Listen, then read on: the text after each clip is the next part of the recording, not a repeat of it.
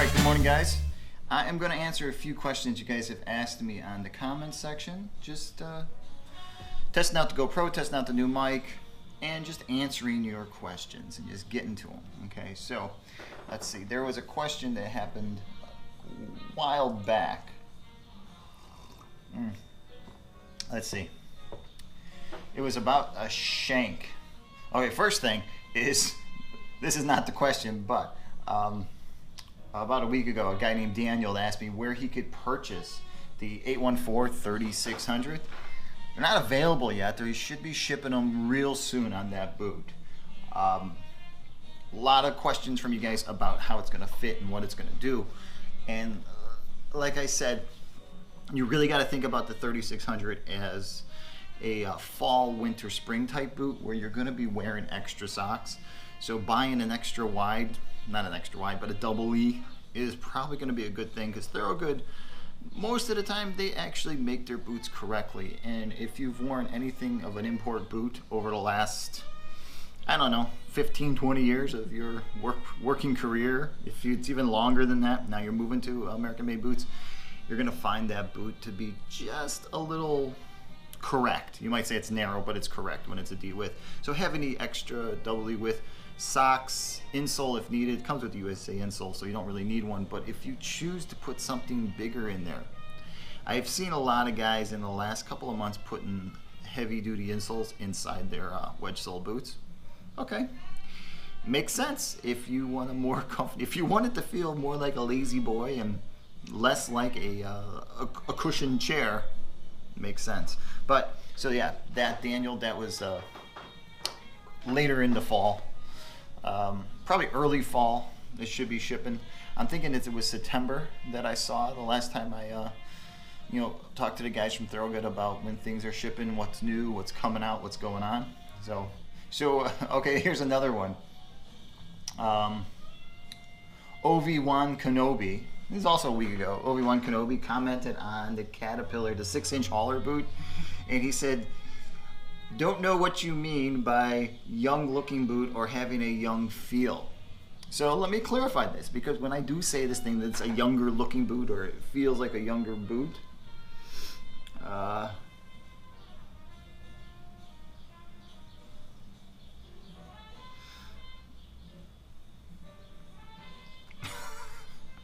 sorry for the pause, really sorry for the pause.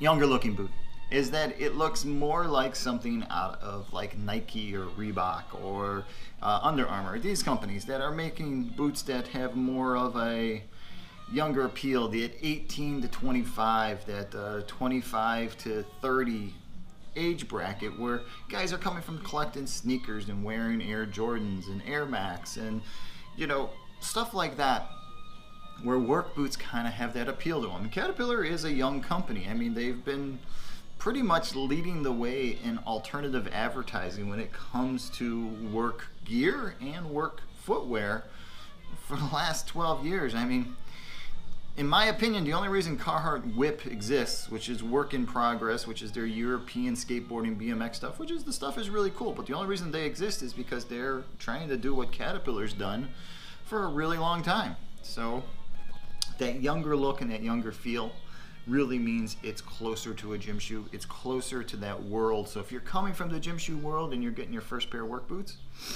that's kind of the thing you're looking for.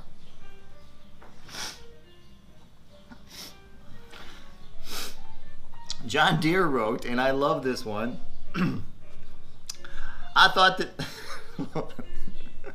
hold on, I don't want to read it in the accent of which I think it was written. I shouldn't read things like this. Don't you hate when people read you online?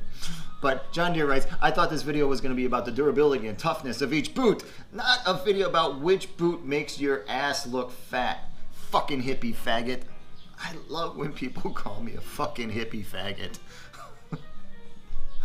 Oh boy, John Deere, you're such a sweetheart. To you, brother, to you. Keep it up. Keep that asshole alive. So, your Real 100, where can I buy these? Referring to the Thorogood Lace Up, the Lace and Zips. Now, you can pick them up online. tons of places, but I will add a link to this question for you, your Real 100, to my Amazon affiliate, so you can pick them up that way. Get a little credit my way, help keep this boot guy thing going. That'd be great. John Alexander, also a week ago, talked about the Double H 10-inch harness boot, asking, do I have any suggestions for putting conditioner or mink oil on this boot to soften them up, or just go with it? That 4800, that old Double H harness boot, that motorcycle riding boot, for years, and I mean literally for years now, I mean it's going on 30 years that I've been around that type of boot. I mean, my brother and father wore them, so it was like that kind of boot was always, harness boots were always around. And whenever one of those boneheads got themselves a new pair of harness boots for riding, they did nothing to them. And sure enough, after 5 or 6 months of them trouncing around in them, is what they did, they got real soft. Now, if you're just trying to break a pair in, if it's your first pair of riding harness boots, you know what? That whole 1 day on, 2 days off, 1 day on, 2 days off, that type of break-in period, just do that. And I understand that getting them on and off is a pain in the butt, because the 4800 is a really tight heel cup and just a tight foot, and you want it to be a tight foot. Get yourself a boot jack, because it's gonna make your back, your knees, and your neck feel 100 times better getting that thing on and off. John Alexander.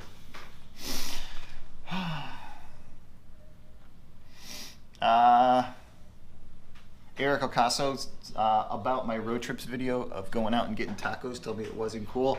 Dude, I'm sorry. I'm really sorry. I know when you're trying to lose weight and you got a dude like me going out there showing off a beautiful big plate of tacos, I know it makes it tough. It really does. And just wait till the next time when we go out for beef sandwiches. That's gonna make it even tougher. All right, let's move on.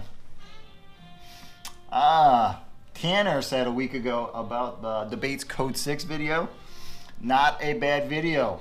Would you please hold the boot still? Hey guys, listen, okay, early on, I like making videos. I like showing off the boots. I was excited. I'm gonna move them around a lot. I talk with my hands.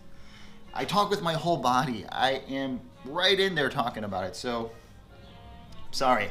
As you can tell lately, over the last 100 and probably 20 videos, they've been a lot stiller. A lot less movement. I haven't shaken the boot as much. Plus, the cameras are better. So since the cameras are better, even when I'm shaking, the lighting's better. So when I'm shaking boots, they look pretty good. Randy put out the best comment also a week ago when I was doing the deconstructing of the 2600. Kids in Africa could have ate that boot. Made me laugh my ass off. That was a really good one. This is 2 weeks ago, and I'm sorry I didn't get to this one, and I didn't really want to write a response because it would have been like 2 paragraphs of describing what a shank does. But Devon asked me, rookie question,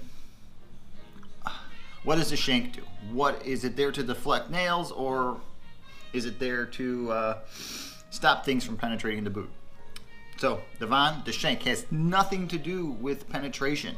It has nothing to do with nails, screws, glass, wood, sharp metal, jagged chunks of rebar that are laying around coming through your boot. What the shank does is it supports your heel and your arch when you have a heel in a boot, so your foot doesn't collapse around things.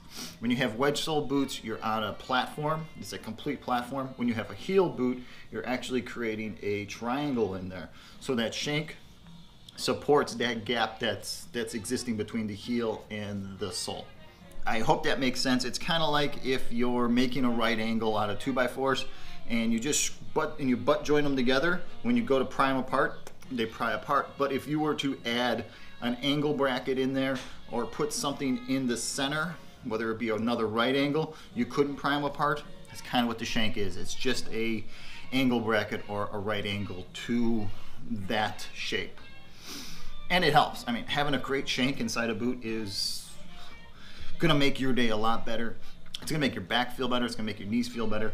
It's just gonna make everything better, and that's the beautiful part about shanks.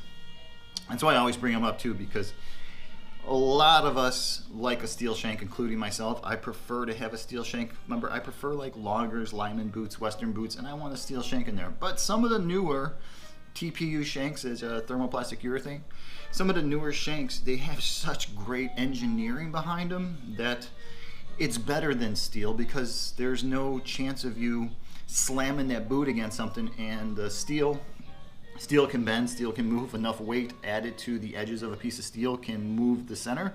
So having that TPU, it doesn't have the same memory or flexible qualities. It's more of a molded shape, and it holds that shape.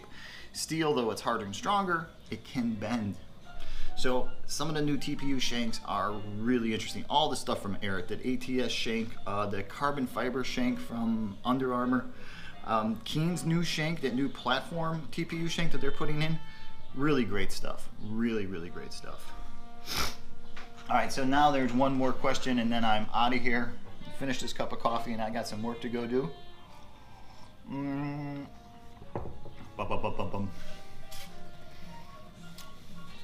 One thing, hey guys, you guys that actually comment on there, as I always ask you guys to do, to tell other guys about it.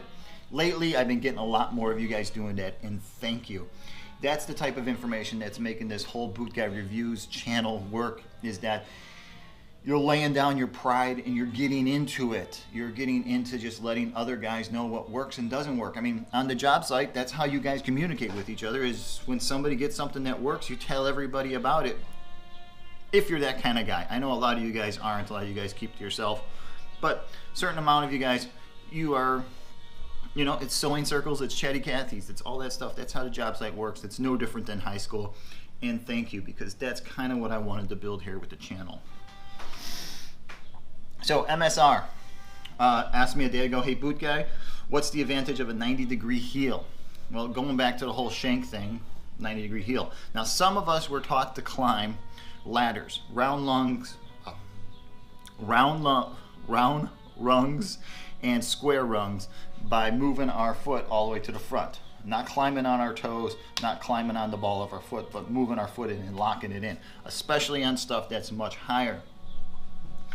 If you watch videos of guys that climb towers, you can watch their foot lock it in, lock it in, lock it in, lock it in as they're climbing up the tower ladders, moving around. So the advantage of a 90-degree heel is, as you slide your foot, you have a square surface that stops your foot from going all the way through that rung, and you can lock your foot in. And now you're stepping on the shank of the boot.